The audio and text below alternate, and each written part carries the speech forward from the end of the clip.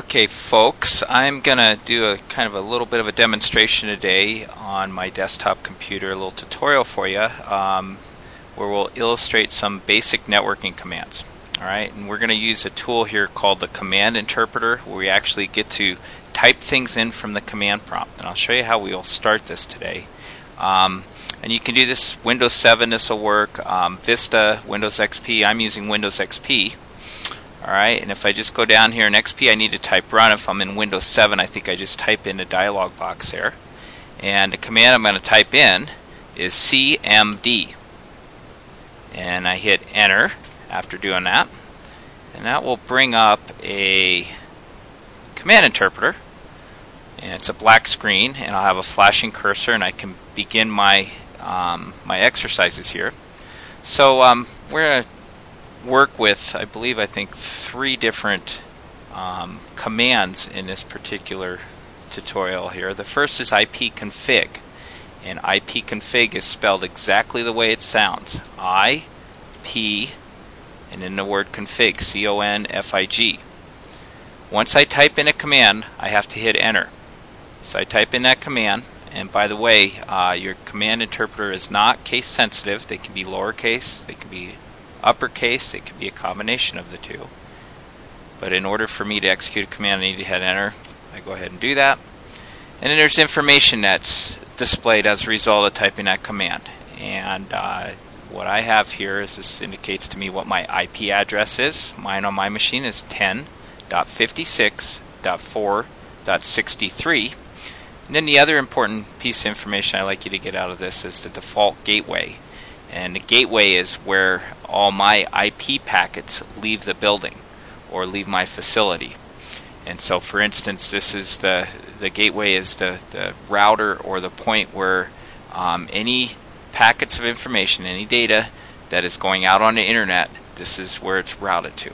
Okay, my gateway is 10.56.4.254.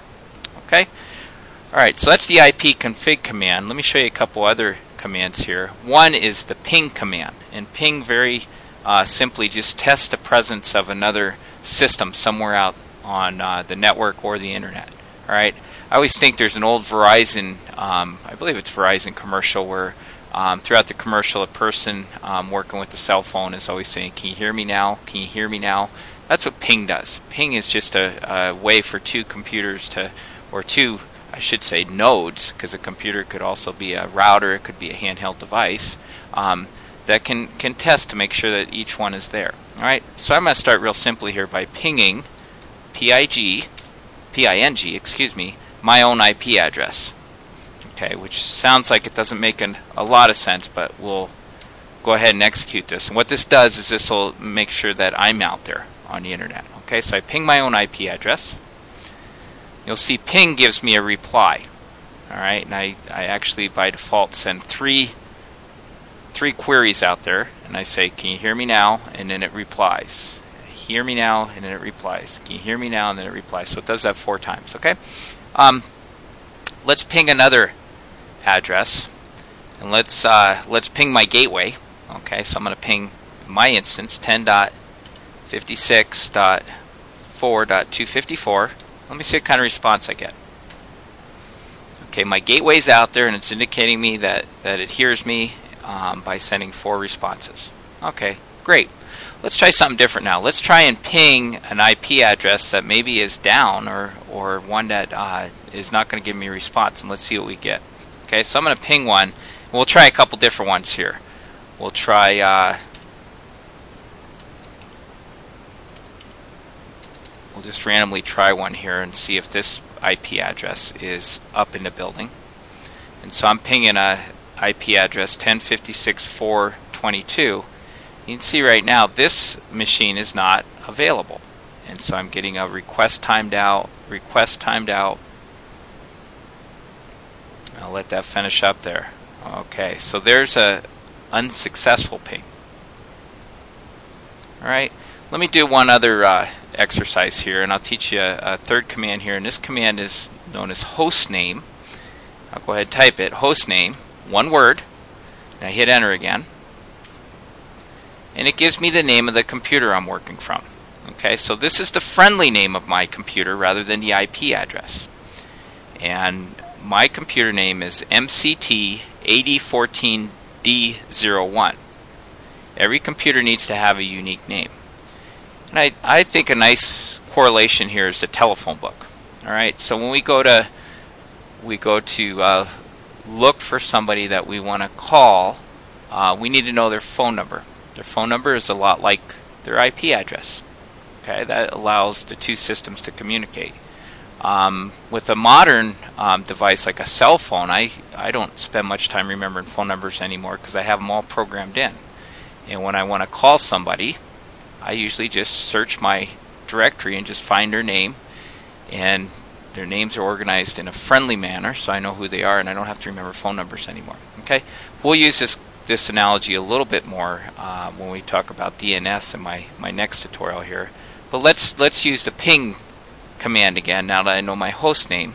So I'm going to go ping, and I'll ping my computer name rather than IP address and see if I get the same response. So it's MCT8014D01, and I hit enter. And notice again it's ping space and then the IP address or host name. Okay, my ping command's working successfully here. I'm getting response from my own system here. And notice the response is by IP address. So there's been a translation process somewhere here where it's changed from host name to IP address. Okay, here's one more ping I'll do. Let's ping Google. Okay, well, how do we do that? Well, let me type ping, and I know the URL or domain name is www.google.com. Okay, well, I should be able to do that, right? If all this works, so I hit enter. You'll notice that I am getting a response from Google. Now see, I'm able to ping Google out there on the internet by its domain name. Okay, I also have ascertained through this little exercise that Google's IP address is 74.125.155.105. Let me ping it by its IP address.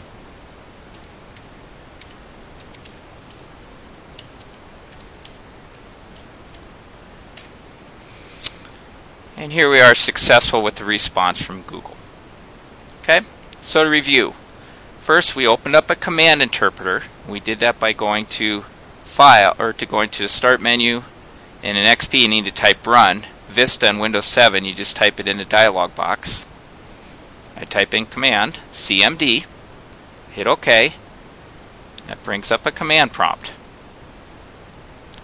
The different commands I learned: IPCONFIG, ping,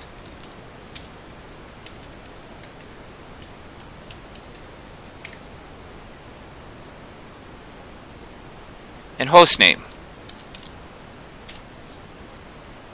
That concludes this tutorial.